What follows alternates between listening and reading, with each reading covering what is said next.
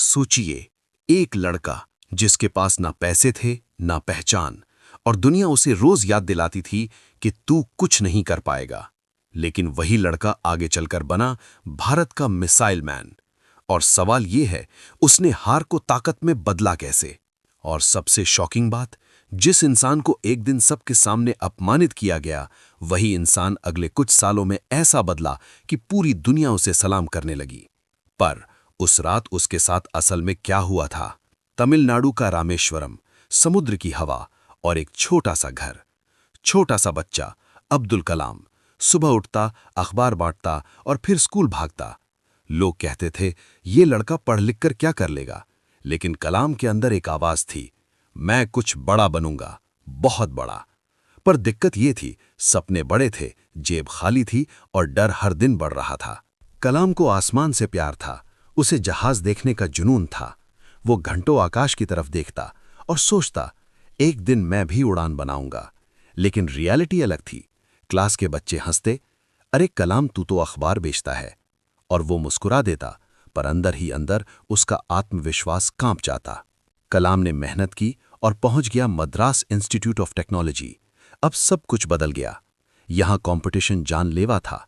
हर कोई जीनियस, हर कोई तेज, और कलाम अकेला। रात को कमरे में बैठकर वो खुद से पूछता, क्या मैं सच में यहां बिलोंग करता हूं? और तभी उसका दिमाग बोलता, अगर फेल हो गया तो सब सही साबित हो जाएंगे। फेलियर का धमाका। एक प्रोजेक्ट, एयरक्राफ्ट डिजाइन, डेडलाइन तय थी। कलाम दिन रात लगा रहा था। आंखों में नींद नहीं, हाथ कांप रहे थे, दिमाग में सिर्फ एक डर, अगर ये नहीं हुआ तो मैं खत्म। फिर एक दिन गाइड आया, चेहरा सख्त, आवाज बर्फ जैसी ठंडी। उसने कहा, 3 दिन में प्रोजेक्ट कंप्लीट नहीं हुआ तो स्कॉलरशिप भी जाएगी और करियर भी। और कमरे में सन्नाटा छा गया। कलाम के अंदर कुछ टूट गया। उस रात उसने खुद को पहली बार कमजोर महसूस किया। 3 दिन कलाम ने खुद को कमरे में बंद कर लिया। ना खाना, ना आराम, बस काम। बाहर दोस्त बोल रहे थे, ये तो टूट जाएगा, ये नहीं कर पाएगा। और अंदर उसका दिमाग चीख रहा था, भाग जा, छोड़ दे, तू नहीं कर सकता।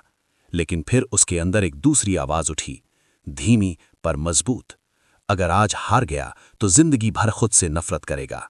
तीसरे दिन सुबह कलाम की आंखें लाल, हाथ घायल, कपड़े अस्त व्यस्त। वो प्रोजेक्ट लेकर गाइड के सामने पहुंचा।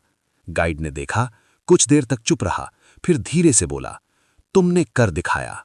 और उसी पल कलाम ने महसूस किया, ये सिर्फ प्रोजेक्ट नहीं था, ये उसकी पहचान की लड़ाई थी। कलाम बाद में अपनी किताब विंग्स ऑफ फायर में लिखता है कि उस घटना ने उसे अंदर से बदल दिया। सालों बाद कलाम इसरो में पहुंचे। अब वो साइंटिस्ट थे, बड़ा नाम बनने लगा था। लेकिन फिर आया एक मिशन, SLV-3 लॉन्च। पूरा देश देख रहा था। काउंटडाउन खत्म हुआ, रॉकेट उठा, और फिर बूम, मिशन फेल्ड। पूरा कंट्रोल रूम चुप, कलाम की सांसें भारी, दिमाग में वही पुरानी आवाज, देखा तो फिर हार गया। लोग फुसफुसाने लगे, इतना बड़ा साइंटिस्ट और फिर भी फेलियर, अब करियर खत्म। कलाम को लगा जैसे जमीन खिसक गई। अगले दिन प्रेस कॉन्फ्रेंस थी। सारी दुनिया इंतजार कर रही थी कि कलाम ब्लेम किस पर डालेंगे।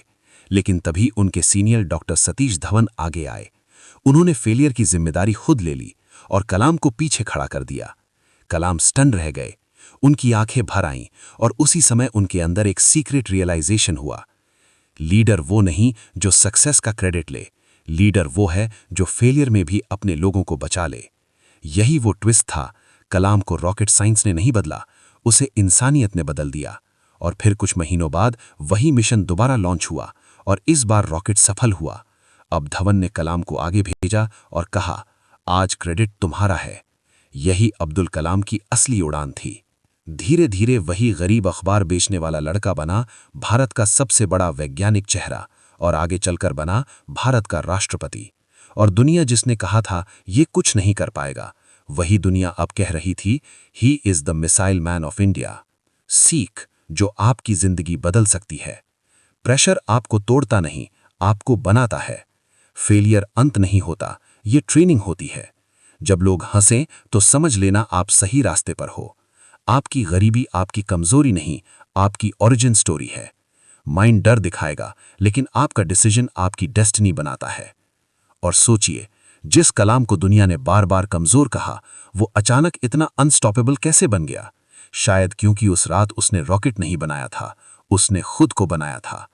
आज अगर आपकी जिंदगी टूट रही है तो डरिए मत, क्योंकि अक्सर इंसान उसी जगह बनता है जहां वो सबसे ज्यादा बिखरता है।